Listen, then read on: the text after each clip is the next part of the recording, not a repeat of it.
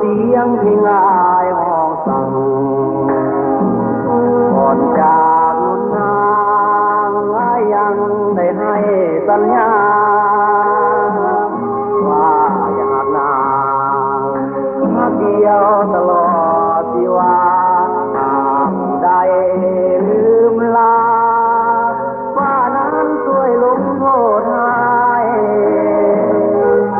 อย่าลืมฟังเสียงที่ง่ายห้องส่งป่านนี้น้องคง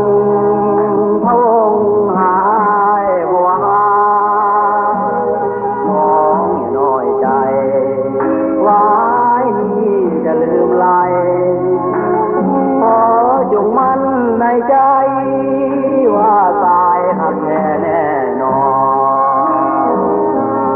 น้องนา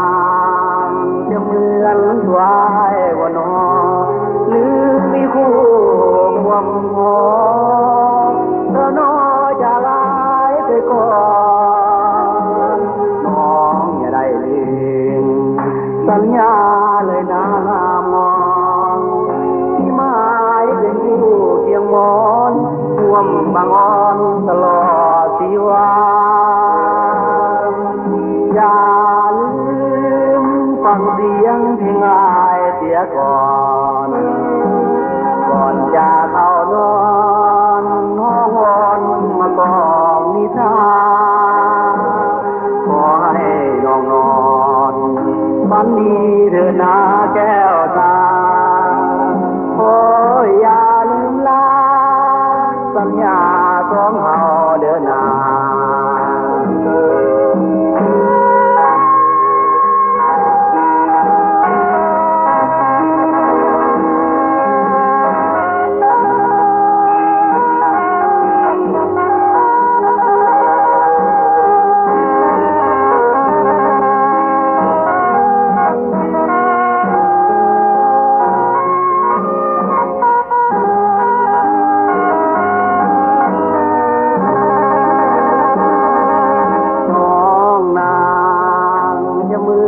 ตัวอ้ายบ่นอ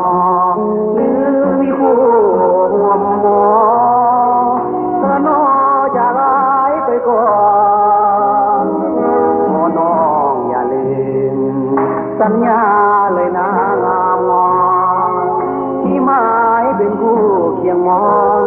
ห่วมบางอ่อนตลอดชีวาอย่าลืมฟังเสียงที่ง่ายเสียก่อนจะเข้านอนห้องวอนมากองนิทาน